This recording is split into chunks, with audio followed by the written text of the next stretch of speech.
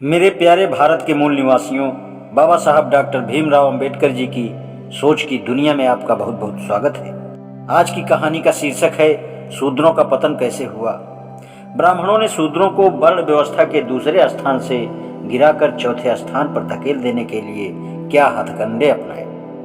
अब तक यह सिद्ध हुआ कि शूद्र मूलतः द्वितीय वर्ण क्षत्रिय वर्ग के एक अंग थे और उनके साथ ब्राह्मणों का द्वेष इतना बढ़ चुका था कि ब्राह्मणों ने शूद्रों को उनके दूसरे वर्ण से अपदस्थ पर चौथे वर्ण में पहुंचा दिया।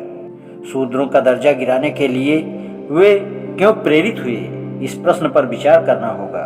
यहाँ यह प्रश्न उठता है कि शूद्रों के पराभव के लिए ब्राह्मणों ने क्या हथकंडे अपनाए। उन्होंने शूद्रों को समाज की दृष्टि में हेय बनाने और अपने अपमान का बदला चुकाने की क्या तरकीब खोजी। उनके हथकंडों का जवाब शूद्रों का उपनयन संस्कार करने से इनकार करना है। मुझे इसमें कोई संदेह नहीं है कि इसी नीति से उन्होंने उनका स्थान हेय बनाया। कदाचित यहाँ यह जान लेना भी प्रासंगिक होगा कि उपनयन क्या है तथा भारतीय आर्यों के समाज में इसका क्या महत्व था। इसकी जानकारी के निमित्त उपनयन संस्कार विधि का वर्णन किया जाना उचित रहेगा। प्रारंभ में उपनयन संस्कार एक साधारण सा संस्कार होता था। बालक समिधि एक प्रकार का ऋण लेकर आचार्य के पास जाता था और विद्याध्ययन हेतु ब्रह्मचारी बनने की याचना करता था तथा अध्ययन के लिए उसके पास रहने का अनुरोध करता था। समय के साथ साथ इसका विस्तार होता गया। आश्वलायन गृह सूत्र में उपनयन के वर्णन से इसके विस्तार का पता चलता है। बालक का सिर मुंडित हो, वह नवीन वस्त्र पहने हो, यदि ब्राह्मण हो तो मृग चर्म धारण किए हो, क्षत्रिय हो तो सरु धर्म पहने हो और यदि वैश्य हो तो बकरे का चर्म धारण किए हो। यदि वस्त्र पहनने हो तो वह रंगीन हो, ब्राह्मण के लिए केसरिया, क्षत्रिय के लिए लाल, वैश्य के लिए पीला। वह मेखला पहने और छड़ी लिए हो। बालक गुरु का हाथ पकड़े और गुरु घी का हवन करे और अग्नि के उत्तर में पूर्व मुख हो, आसीन हो। बालक गुरु के सामने पश्चिम की ओर मुख करके बैठे।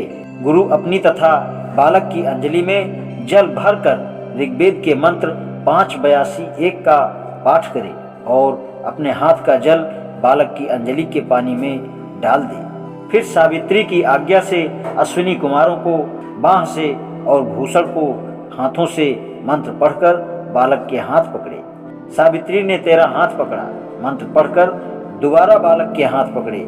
अग्नि तेरा गुरु है कहकर तीसरी बार बालक का हाथ पकड़े। गुरु के इंगित करने पर बालक सूर्य की ओर देखे। गुरु तब देवी सावित्री यह ब्रह्मचारी है, इसकी रक्षा करो, मंत्र का पाठ करे। तदुपरांत गुरु कहे, तू किसका ब्रह्मचारी है? तू प्राण का ब्रह्मचारी है, मैं तुझे प्रजापति को देता हूँ। फिर ऋग्वेद के 3-8-4 मंत्र का पाठ करते हुए बालक को दाहिनी ओर घुमाकर उसका हृदय छुए। तब ब्रह्मचारी चुपचाप अग्नि में लकड़ी रख दे। श्रुति के अनुसार प्रजापति का कार्य चुप रहकर करना चाहिए। कुछ लोग अग्नि का मंत्र पढ़ते हैं। हम यह लकड़ी इसलिए रखते हैं कि आप बढ़ें और ब्राह्मण द्वारा हम भी वृद्धि प्राप्त करें। स्वाहा। लकड़ी रखकर अग्नि को छूकर बालक 3 बार कहे, मैं तेज से अभिषक्त होता हूँ। अग्नि मुझे बुद्धि, वंश और बल दे। सूर्य मुझे बुद्धि, वंश और बल दे।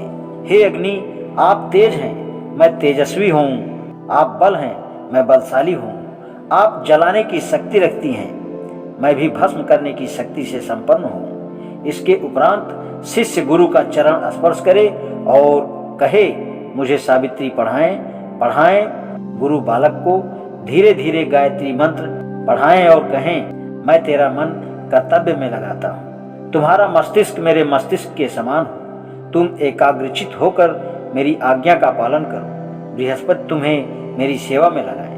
उसके बाद बालक की कटी में मेखला बांध और दंड छड़ी पकड़ाए। तदुपरांत ब्रह्मचारी के कर्म समझाए।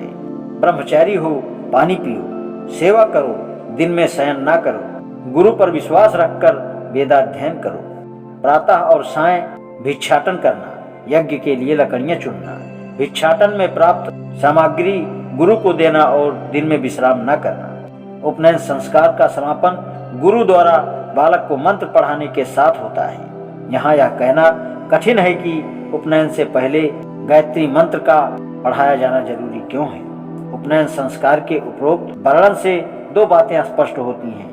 उपनयन का अभिप्राय एक व्यक्ति को आचार्य के पास वेदाध्ययन के निमित्त भेजना था और वेद पाठ गायत्री से शुरू होता था।